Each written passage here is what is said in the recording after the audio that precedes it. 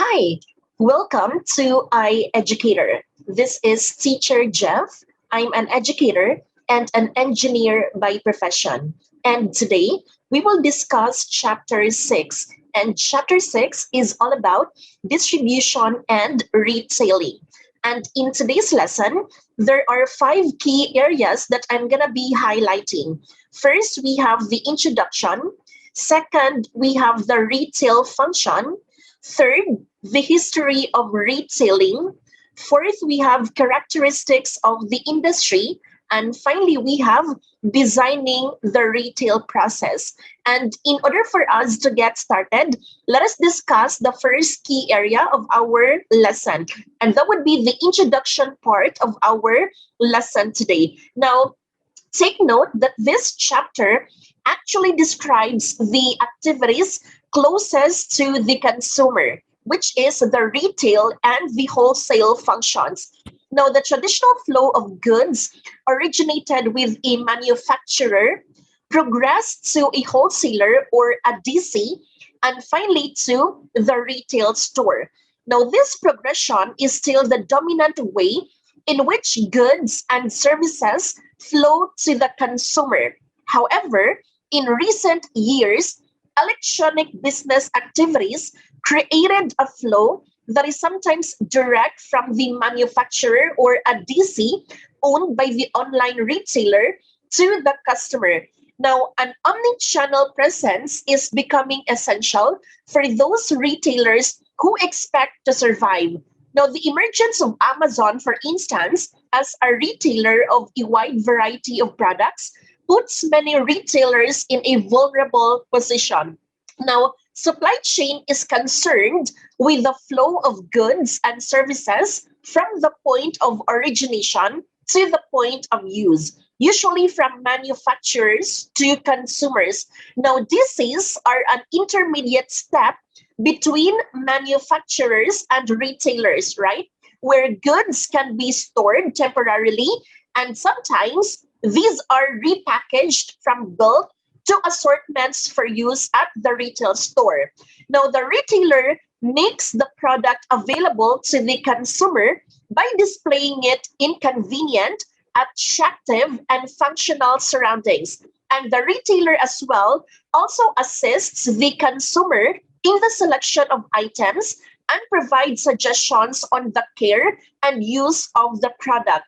Now, the role of e-commerce is actually to provide consumers with a wider selection of items that could be displayed at a retail store and with sufficient product description to enable consumers to make a better decision. While the lead times to obtain the goods are longer, which is actually correct, the price may be lower as well, and the selections wider than found in the retail store. Now, even though the flow of goods is from manufacturer to retailer, the decision about what to make is shifting from the manufacturer to the retailer. And for this reason, we begin our discussion of the supply chain participants with our retailer. And that brings us to our second key area, and that would be the retail function. Now, as you may know, the traditional retail store is the contact point for most consumers, and it has a physical presence in a specific location and is referred to as a brick and mortar retailer. Okay, so this is what we call the traditional retail store. It refers to a physical store where consumers or customers can go and visit and purchase any type of commodity. So what is the primary roles then of retailers? Well, the primary role of retailers is to offer a selection of merchandise that is readily available to consumers, and in complementary role, provide service to consumers in helping them to make choices. And retailers provide either a pre-sale service or a post-sale service. So what are some examples of pre-sale services? Now, some examples of pre-sale services include informative and accurate advertising. We also have inviting and accessible facilities, okay? We also have logical and attractive merchandise displays. Of course, you need to make sure that, like I said earlier, you need to display your items or commodities in an attractive, convenient, and functional manner. And also, knowledgeable and courteous salespeople. So, this is one example of a pre sale service. So, it is expected from the customers that your salespeople, since they are the front liners of your store, they should be expected to be knowledgeable and courteous as well. And finally, we have a reputation for high quality products and services. And aside from pre-sale services, the retailers can also provide post-sale services. And post-sale services include, we have delivery and installation of merchandise. So may it be a free delivery or a free installation. It depends on the store. And also we have follow-up to assure customer satisfaction. So there should be a periodic follow-up from your store to your customers, okay? And to make sure that you would be able to satisfy their needs, even if they have already purchased the item.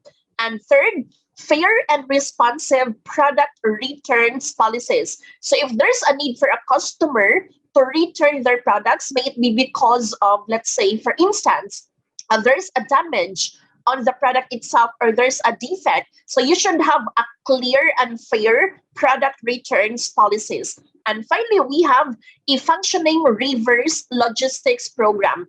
And aside from post-sale services, one that is commonly known or popularly known is what we call the warranty services. Okay, that's one example of post-sale service. And the third key area of our lesson, that would be the history of retailing. Now, the following section presents an overview of the growth of retailing in the United States. Now, it does not attempt to describe all the forms of retailing, okay, but highlights the general trends in the development of retail establishments. Now, the composition of retail stores has changed over the years, from door-to-door salespeople until specialty stores. Now, in order for us to better understand each one of them, let us discuss them one by one, starting with door-to-door salespeople. Now, door-to-door salespeople, if you may know, were probably the first examples of retailing, all right? Now, they were replaced by general store, okay, with its wide variety of merchandise and usually with an owner manager of a single unit. Now, the general store represented the first formal form of the retailing in the United States. Now, this establishment carried a little bit of everything from groceries to animal feeds, guns, clothing, furniture, household furnishings, jewelry, and anything else that was available for customers to buy. Now, customers did not have a lot of choice either on price or product variety. And so, for that matter, the level of service varied with the individual store owner, who was often the store manager. And the stores did not have a great deal of choice either, but had to buy their merchandise wherever it was available, especially as the population moved westward from the Atlantic to the Pacific Ocean. Now, as communities grew to become towns and eventually cities, the general store grew in size to keep up with the evolving needs of its markets. Now, the general store eventually grew to become what we call as department stores, which referred to a larger facility with larger inventories of merchandise. Now, the early department stores carried a wide assortment of goods organized by product category into departments. They also carried the names of their founders, such as Wanamaker, Macy's, Gimbels, and Filene's, to name a few. Now, here in the Philippines, we have what we call SM department store. Okay, as cities grew in size, the general store expanded into multi-story, full-line department stores, with a wide variety of items. Now, the department store was the primary retail outlet for a long time, from mid 1800s to mid 1900s. Department stores flourished in the cities, but in the sparsely populated farm country, retail stores were few and far between. And to satisfy this need, companies such as Sears, Roebuck and Company, and Montgomery Ward published catalogs with thousands of items from which customers could order goods to be delivered by the US Post Office. Now, this was the forerunner of today's e-business, where shipments are made directly to the consumer. Department stores became increasingly complex. Some carried over 1 million stock keeping units or SKUs of merchandise. Now, as population moved from downtown toward the suburbs, large department stores began to lose business to the suburban shopping malls, where a consumer could find almost any type of merchandise at one of the many smaller stores in the mall. And this being said, shopping malls were anchored by two or more department stores and offered a social experience as well as shopping experience. And that being said, malls became the place to go of the people. And even those in the farm communities began to find that malls were not too far away. Now, as customers satisfied their pent up demand for consumer goods, they became more selective, right? Since we are also customers. And as customers, we wanted lower prices, while others wanted more service, right? Now, this dichotomy resulted in specialty stores. Now, some specialty stores competed on the basis of lower prices, while others competed on their ability to offer more personalized services. Now, some had a wide assortment of goods, while others had a deep variety of items within a given product area. And eventually, larger specialty stores began to emerge, such as in electronics and furniture, which further eroded the large department stores' businesses. And these special retail formats came about because of the opportunities to compete successfully with department stores. Now, as you can see in figure 6.1, it shows how specialty stores entered segments of the mass market once serviced by department stores. Now, it includes examples of a specialty store type for each combination of price or service and breadth or depth of merchandise. Now, for a more comprehensive coverage of the types of retail specialty stores, we can look at table 6.1.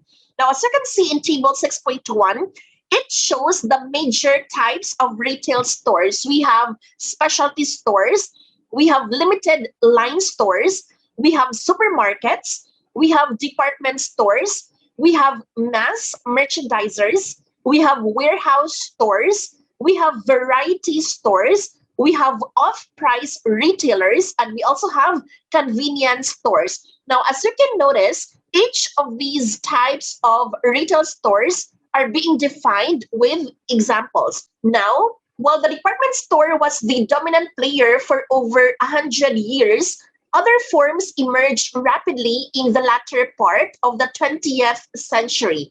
And today, the department store remains a major player in retailing. However, it is under considerable competitive pressures and will have to modify its role in order to survive. Now, consumers have a wide choice of retail establishments, right? Now, they range from small specialty stores, such as those that offer ski equipment, perhaps, to large wide assortment stores, such as Walmart.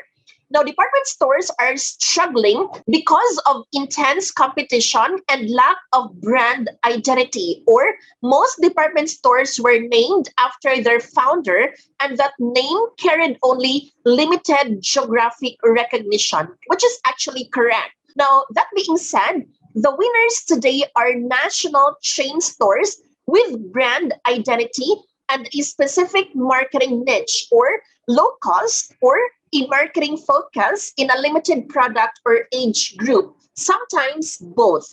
However, even specialty stores are coming up against increasing competition from online retailers, with Amazon being one of the notable entrants in the field.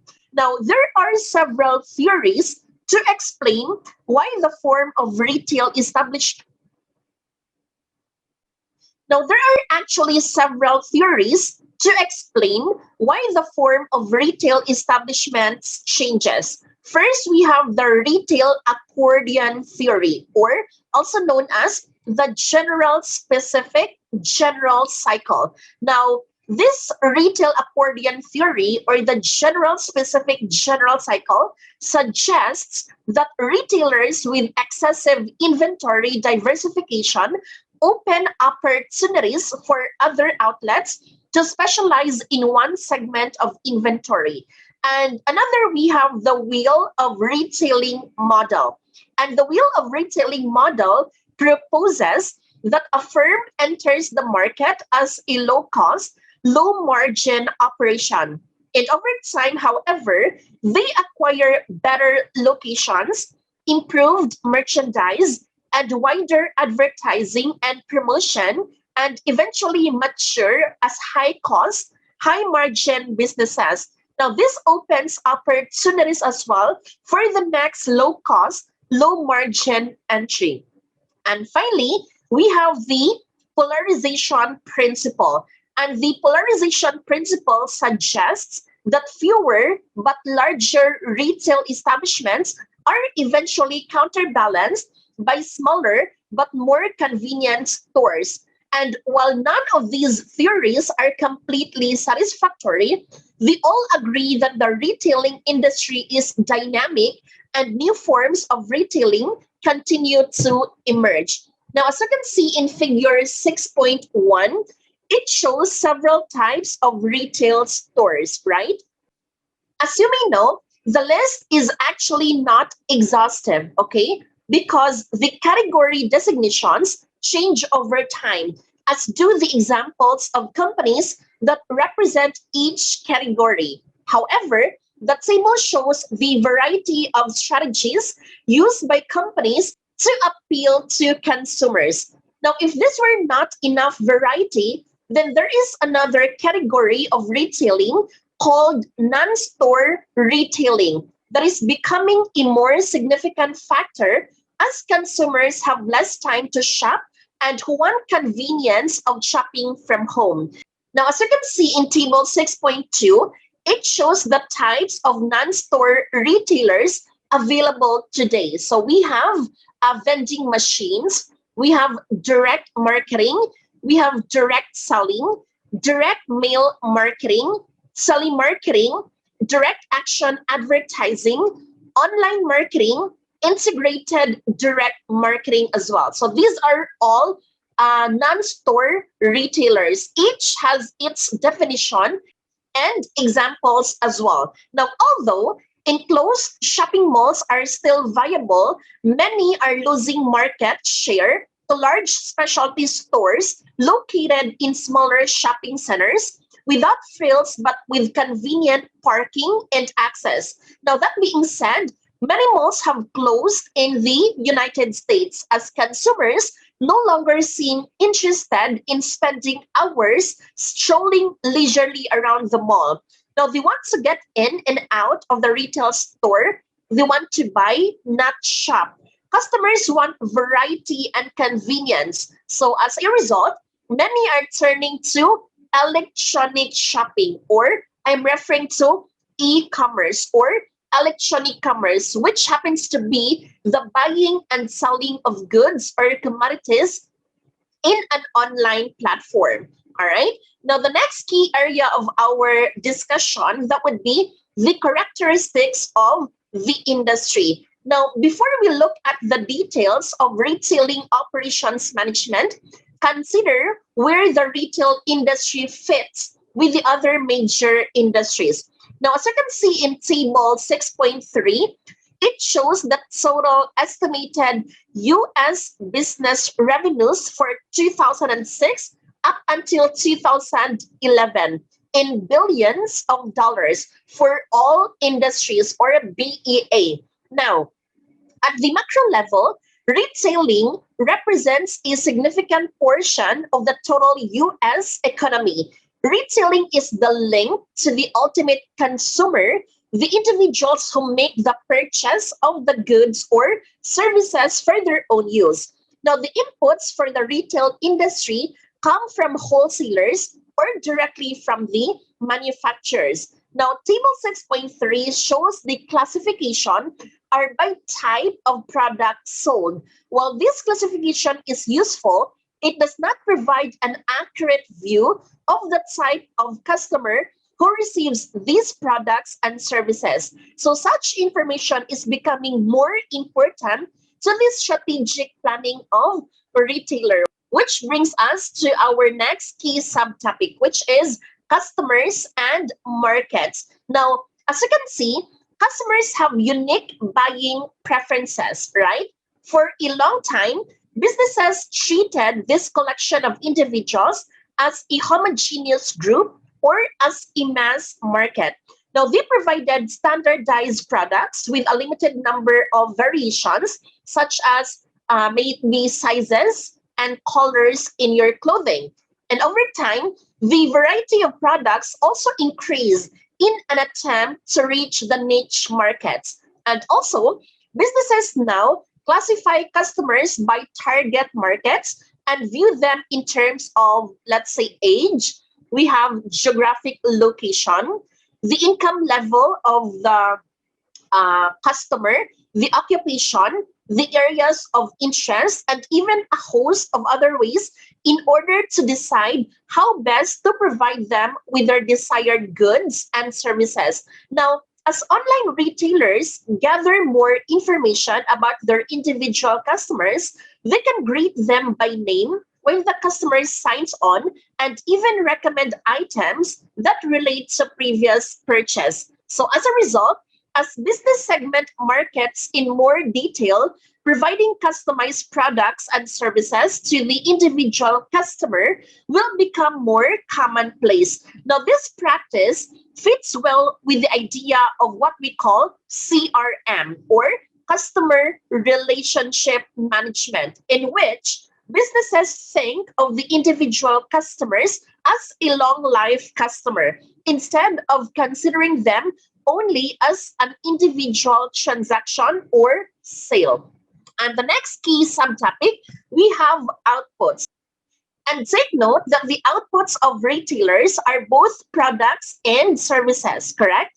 Now, usually, the products are the finished form when displayed at the retail store, and the store adds the services. On the other hand, product segments fit the intended market, that is, grocery stores sell food products and department stores sell clothing items. Now, the trend is to actually segment products even more to fit even smaller market segments. So, grocery packaged milk as whole milk, 2% fat, 1% fat, or skim milk in quart, half gallon, or even gallon containers to satisfy an increasing variety of consumers. So, that being said, services are becoming more important and are increasingly included as part of the product or service package. Now, what I mean about that is that the service may be as, let's say, direct as having the products arranged in the store to be easily accessible to the customer, or as is subtle as having well-maintained shopping carts with no squeaks or wobbly wheels, easily available to gather merchandise at a supermarket. And another service that is becoming more popular is the self-checkout lines for customers with only a few items or affinity for new technology. On the other hand, in terms of outputs, retailers must offer an increasing variety of products and services. Now, carried to the ultimate, the combination product or service package will become diverse enough to have a unique package for each customer. This result goes beyond mass customization of products. So it will include the mass customization of the entire product or service package. However, while it may be impractical to prepare the customized package before the customer actually buys it, such as Amazon is considering how to do this, it will be necessary still to design the transformation process to quickly customize the product or service package at the time of the purchase. And under inputs, if we say inputs, it can either be things or materials or people. Okay. Now, in most businesses, both kinds of input are present. For example, a department store has the product in the form of a man's shirt to be unpacked, priced, arranged on the shelf by type, size, and color, and they're ready for sale. All right. Now, the store provides sales personnel who work to transform a prospective customer into a satisfied customer through a pleasant greeting, providing information about the shirt, and completing the checkout process quickly and courteously. However, this personal service appears to be declining in some stores, presumably because of the pressure to reduce labor costs. So, viewing people as inputs has led retailers to recognize they must be more aware of and responsive to the differences in consumers. As with product variety, people variety is impossible to live and manage. So, consequently, retailers attempt to target segments of the total market instead of trying to meet all of the needs of that market. For example, they may decide a certain age group, let's say young adults, as their target market and design their business offerings around that target market. While they may not turn away business from other groups, their main thrust is only the segment of the market in which they are interested. And finally, under transformation process, just a brief recap. If we say transformation process, it is the step during which the inputs are converted to output. So this is where you convert your raw materials into finished goods or items. Now, for retailers, it is a combination of elements such as the classic four P's of marketing, as shown in figure 6.2. As you can see in figure 6.2, the four P's of marketing, we have the product, price, place, and promotion. If we say product, this refers to the goods or services that are designed, produced, and delivered to satisfy the needs of the customer. And if we say price, it is the amount of the customer pays for the goods or services. So maybe based on cost or competitive pressures or a combination of both. And if we say place, it is the location at which the goods or services can be purchased, such as a physical store or the internet or e-commerce. And lastly, we have promotion. It is the communication that a seller may use to attract the customer and describe the product or service. So, in other words, this is where you implement your promotional strategies or marketing strategies. So, Cutler classifies the first four P's as tactical. Okay, so these four P's of marketing are classified by Cutler as tactical. Now, Cutler also stresses that businesses must first perform these strategic four P's of probing, partitioning, prioritizing, and positioning. For probing, Cutler means analyzing the marketplace. So you need to analyze your market, commonly called as market research. So what you do here is to conduct market research. And for partitioning, Cutler means segmentation of markets into clusters. depending on the attributes or characteristics of your target markets. And for prioritizing, Cutler means ranking the segments on which to concentrate, where you concentrate your promotional strategy or marketing strategy, or which segment or cluster you should concentrate your promotional strategy. And lastly, for positioning, Cutler means pinpointing the competitive options in each segment to target. Now, as you can see in figure,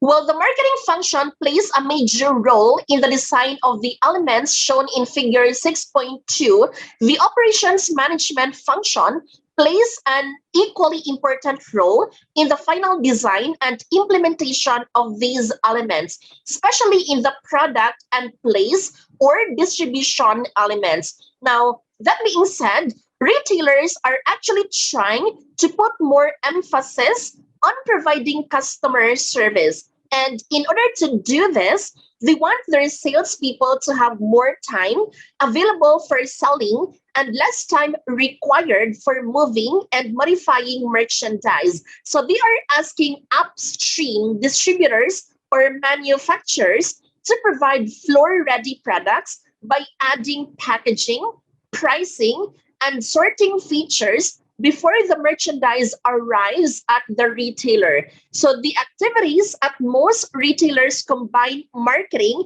and operations management tasks are: first, selling is a marketing function. And second, inventory management is an operations management function.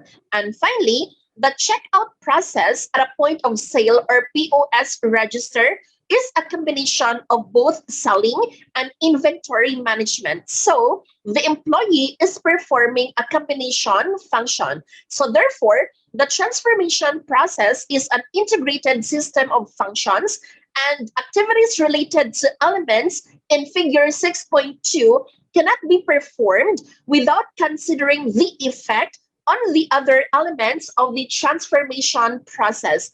Now, store design must account for product assortments, meaning location of POS registers must be consistent with a desired level of customer service. And aside from that, advertising or promotions must consider inventory management as well. So some functions such as advertising or commonly purchasing can be handled from a centralized point in the organization in order to assure consistency of message and purchasing efficiency. And other functions such as, let's say, employee hiring and end of aisle specialists or specials will be more influenced by local management side. So as mass customization of the product or service package becomes more important, then good local management will become more critical. All right. So finally, the last key area of our lesson, that would be designing the retail process. Now, this section examines the initial design of a transformation process for a newly conceived retail business or the redesign of an existing retail business. So the why and what questions of this process will be considered first, and later the how and who questions will be explored. So one of the first design considerations involves selecting the strategic objectives of the system. And most retail businesses focus on either the price or the service side of the customer orientation. And that brings us to our first key subtopic, which is strategic orientation. Now, usually, a business tries to satisfy either the price or the service orientation, right? And that being said, if it's a price, it represents an orientation toward the minimal allocation of resources to the transformation process, while a service orientation requires a more generous allocation of resources to the transformation process. This further means that an orientation toward price appeals to customers with limited income, right? On the other hand, customers with a more comfortable income level generally look for more service, correct?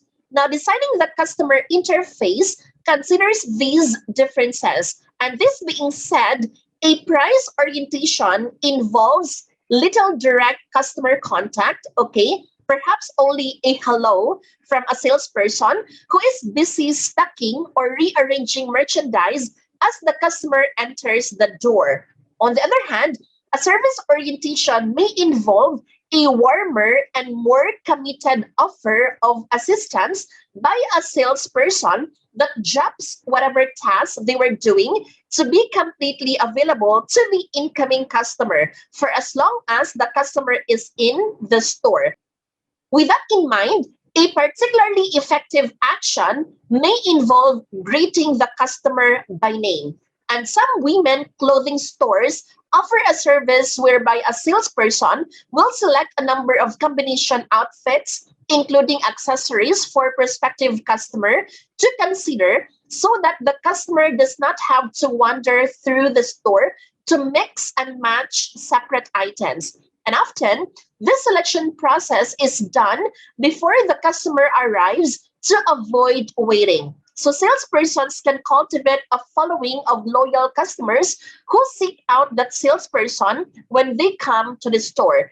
So in a price-oriented business, the product assortment will focus on fast-moving items. This strategy reduces the commitment of resources to slow-moving or excess inventory items and reduces the need for markdowns. So in a service-oriented business, the product assortment will be broader or deeper or both. So product quality will be high in a service-oriented business, while it will be lower in a price-oriented business. So lower prices then can be achieved through fewer features in the product, less costly materials, or lower quantity acceptance standards. And on the other hand, price-oriented businesses aims for higher inventory turns. So this strategy means the store will have a more limited selection of goods and will probably experience a higher stock out rate than for service-oriented businesses that carry a more liberal assortment of goods in their inventories. And finally, in service-oriented businesses, employees will be more knowledgeable because of better training and a company culture that emphasizes excellent service than in price-oriented businesses. So here, they will possess more product knowledge and will interact with the customer more effectively than those employees in a price-oriented business. So this is not to imply that price-oriented businesses are inferior in some ways, but the trade-off for lower product price is less customer service, which is a simple economic reality, correct? And under critical design points key to success, in the following section, we describe some of the key design decisions that a retail business needs to make. Now, the discussion is not meant to be exhaustive, okay, but rather to provide a feel for the decision area and some of the variables to be considered. Now, these design considerations include first, we have customer interface. Now, here, one of the most important design considerations is the customer interface, or the point at which the customer first comes in contact with a business. So it may be an ad in a newspaper, perhaps a catalog that arrived through the mail, or a website on the internet, or more traditionally, a salesperson in the store. So first impressions are lasting, right? And it is more important for a retail business to choose the best ways to make contact with a prospective customer. And some businesses use a mass market approach with low expectations of successful contacts, while other businesses use a very selective approach with high expectation of success.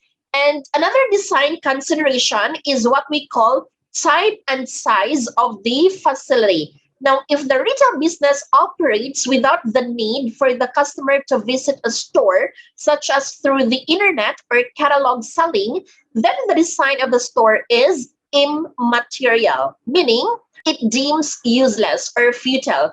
It can be whatever is available and functional. However, if the business requires a facility where the customer comes to see and buy the merchandise, then the type and size of the facility become more important, right? If that makes sense. So almost all retail stores are designed to be appealing to the customer, and each company has its own ideas about what constitutes appealing. And take eating establishments, for example. Some restaurants thrive on a noisy environment with music playing loudly in the background, if you can notice, right? And others seek to place their customers in quiet settings, such as private booths for a more somber eating experience. While some retail businesses may have unique designs, such as a building shaped like a hot dog to indicate the product sold. So most business today elect to use more conventional shapes and designs. And the third design consideration is what we call location. So take note that retail stores are located near their target market.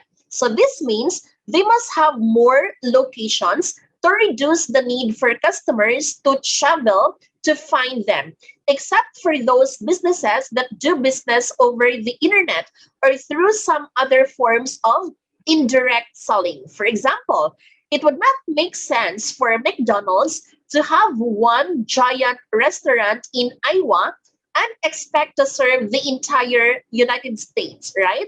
Or it would not make sense for Jollibee to have one giant restaurant in Tabuelan, Cebu, and expect to serve the entire province of Cebu, right? If that makes sense.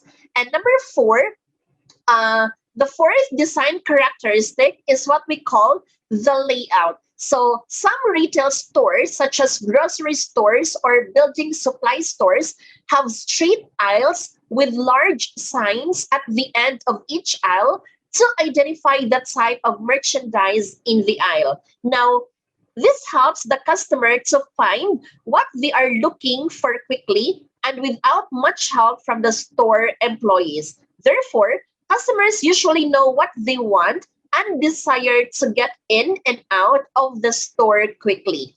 And also, we have inventory management. So, the business of a retailer is to sell merchandise, correct? Consequently, inventory management is a critical part of the product or service package design. Now, that being said, take note that at the design level, the questions to answer include the following. First, what type of merchandise will we carry? Second, how will we display the merchandise? Third, how much will we show in the store?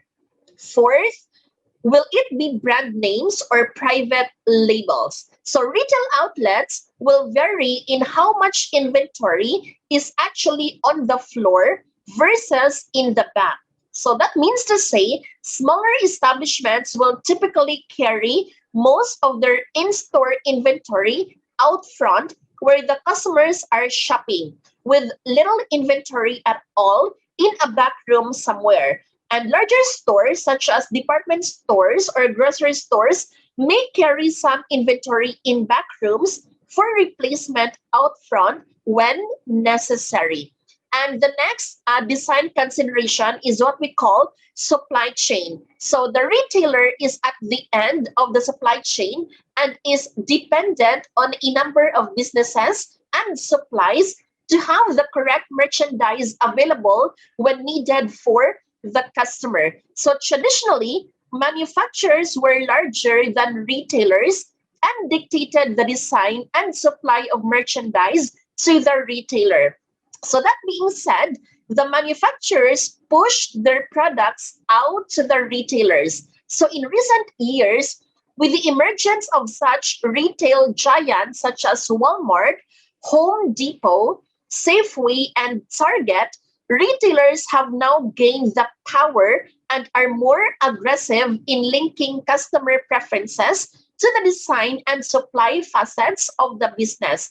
And consumers are now even pulling what they want from the retailers, who in turn are pulling the merchandise from the manufacturers. And finally, the last design consideration is what we call the use of technology. Now, technology is sweeping across retail organizations with a swiftness that is almost overwhelming. This means to say that even the smallest of retail businesses has a POS, or what we call point of sale register, not only to record the sales transaction, but also to preserve the sales item data for further use in inventory management and product selection. So every item has a barcode, all right? And in the future, they may have radio frequency identification or RFID chips. And barcode readers help to track inventory, and electronic data interchange or EDI communication systems place computer generated orders with suppliers. All right, I think that's a good place to stop. If you have questions, please let me know in the comment section below. And if you like this video, please don't forget to subscribe and hit the bell button for the latest updates. Thank you.